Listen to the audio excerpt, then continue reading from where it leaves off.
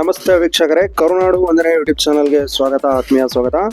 ಇವತ್ತು ಸಿಡ್ಯಾಕ್ನಲ್ಲಿ ವಿಜ್ಞಾನಿ ಹುದ್ದೆಗಳಿಗೆ ಅರ್ಜಿಯನ್ನು ಆಹ್ವಾನಿಸಲಾಗಿದೆ.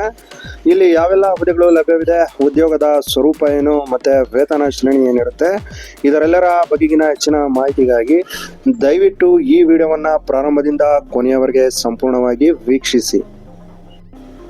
ವೀಕ್ಷಕರೇ, centre for development of advanced computing requirement 2025 ಅರ್ಹತೆ ಹೊಂದಿರುವ ಅಭ್ಯರ್ಥಿಗಳು ಅಧಿಕೃತ ವೆಬ್ಸೈಟ್ಗೆ ಭೇಟಿ ನೀಡುವುದರ ಮೂಲಕ ಅರ್ಜಿಗಳನ್ನು ಆನ್ಲೈನ್ ಮುಖಾಂತರ ಸಲ್ಲಿಸಬಹುದು.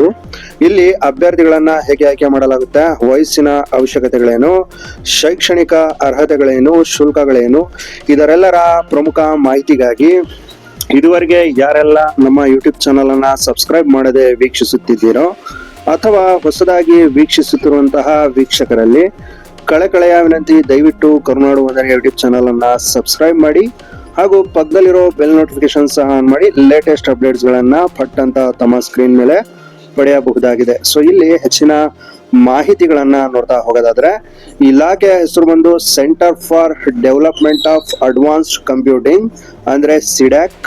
ಹುದ್ದೆಗಳ ಸಂಖ್ಯೆ ನೋಡೋದಾದ್ರೆ 63 ಹುದ್ದೆಗಳು ಇಲ್ಲಿ ಲಭ್ಯವಿದೆ. ಉದ್ಯೋಗದ ಹೆಸರು ನೋಡೋದಾದ್ರೆ ವಿಜ್ಞಾನಿ. ಉದ್ಯೋಗದ ಸ್ಥಳ ನಮ್ಮ ಕೇರಳ, ತಮಿಳುನಾಡು, ಮಹಾರಾಷ್ಟ್ರ, ಕರ್ನಾಟಕ ಈ 4 ರಾಜ್ಯಗಳಲ್ಲಿ ಇಲ್ಲಿ ಈ ಹುದ್ದೆಗಳು ಲಭ್ಯವಿರಲಿದೆ. ಅಪ್ಲಿಕೇಶನ್ ಮೋಡ್ ನೋಡಿದ್ರೆ ಆನ್ಲೈನ್ ಮುಖಾಂತರ ಅರ್ಜಿಯನ್ನ ಸಲ್ಲಿಸಬೇಕಾಗುತ್ತದೆ. ಸಂಬಳದ ವಿವರವನ್ನ ನೋಡಿದ್ರೆ centre for development of advanced computing ನೇಮಕಾತಿ ಅಧಿಸೂಚನೆಯ ಪ್ರಕಾರ ಅಂತ ತಿಳಿಸಲಾಗ್ತಾ ಇದೆ. ಇದರ ಒಂದು ಅಫಿಷಿಯಲ್ ಜಾಬ್ ನೋಟಿಫಿಕೇಶನ್ ನನ್ನ ಯೂಟ್ಯೂಬ್ ಚಾನಲ್ ಡಿಸ್ಕ್ರಿಪ್ಷನ್ ಅಲ್ಲಿ ಕೊಟ್ಟಿರ್ತೇನೆ.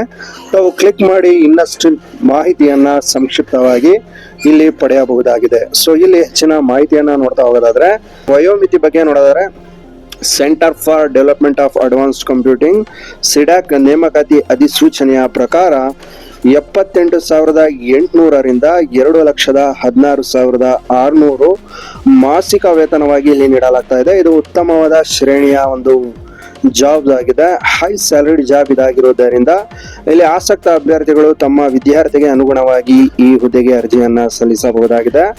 ವಯೋಮಿತಿ ಬಗ್ಗೆ ಸಡಲಿಕೆ ನೋಡೋದಾದ್ರೆ OBC NCL ಅಭ್ಯರ್ಥಿಗಳಿಗೆ 3 ವರ್ಷಗಳ ಸಡಲಿಕೆಯನ್ನ ನಿಗದಿಪಡಿಸಲಾಗಿದೆ. SC ST ಅಭ್ಯರ್ಥಿಗಳಿಗೆ 5 ವರ್ಷಗಳ ಸಡಲಿಕೆ, PWBD ಅಭ್ಯರ್ಥಿಗಳಿಗೆ 10 ವರ್ಷಗಳ ಸಡಲಿಕೆಯನ್ನ ಇಲ್ಲಿ ನಿಗದಿಪಡಿಸಿದ್ದಾರೆ. PWBD OBC NCL ಅಭ್ಯರ್ಥಿಗಳಿಗೆ 13 ವರ್ಷಗಳ ಸಡಲಿಕೆಯನ್ನ ನೀಡಿದ್ದಾರೆ. PWBD SC ST ಅಭ್ಯರ್ಥಿಗಳಿಗೆ 15 ವರ್ಷಗಳ ಸಡಲಿಕೆಯನ್ನ ಇಲ್ಲಿ ನೀಡಿದ್ದಾರೆ. ಸೊ ಇಲ್ಲಿ ಶೈಕ್ಷಣಿಕ ಅರ್ಹತೆ ಬಗ್ಗೆ ನೋಡೋದಾದ್ರೆ, ವಿಜ್ಞಾನಿ ಈ ಹುದ್ದೆಗೆ BE ಅಥವಾ BTech ಅಥವಾ MCA ಸ್ನಾತಕೋತ್ತರ ಪದವಿ ಮತ್ತೆ PhD ಯನ್ನ ಮಾಡಿರಬೇಕು ಅಂತ ತಿಳಿಸ್ತಾ ಇದ್ದಾರೆ. ಇಲ್ಲಿ ಮುಖ್ಯವಾಗಿ ಅರ್ಜಿ ಶುಲ್ಕವನ್ನ ನೋಡೋದಾದ್ರೆ SC ST ಮತ್ತೆ PWD ಮಹಿಳಾ ಅಭ್ಯರ್ಥಿಗಳಿಗೆ ಇಲ್ಲಿ ಯಾವ ರೀತಿಯ ಅರ್ಜಿ ಶುಲ್ಕ ಇರುವುದಿಲ್ಲ. ಇತರ ಎಲ್ಲ ಅಭ್ಯರ್ಥಿಗಳಿಗೆ ₹1,000 ಇಲ್ಲಿ ಅರ್ಜಿ ಶುಲ್ಕವನ್ನ ನಿಗದಿಪಡಿಸಿದ್ದಾರೆ. ಅರ್ಜಿಯನ್ನ ಆನ್ಲೈನ್ ಮುಖಾಂತರನೇ ಸಲ್ಲಿಸಬೇಕು.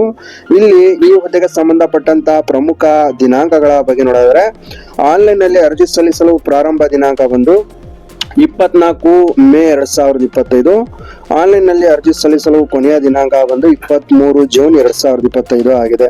ಇದಿಷ್ಟು ಈ ಹುದ್ದೆಗೆ ಸಂಬಂಧಪಟ್ಟಂತ ಹೆಚ್ಚಿನ ಮಾಹಿತಿಯಾಗಿದೆ.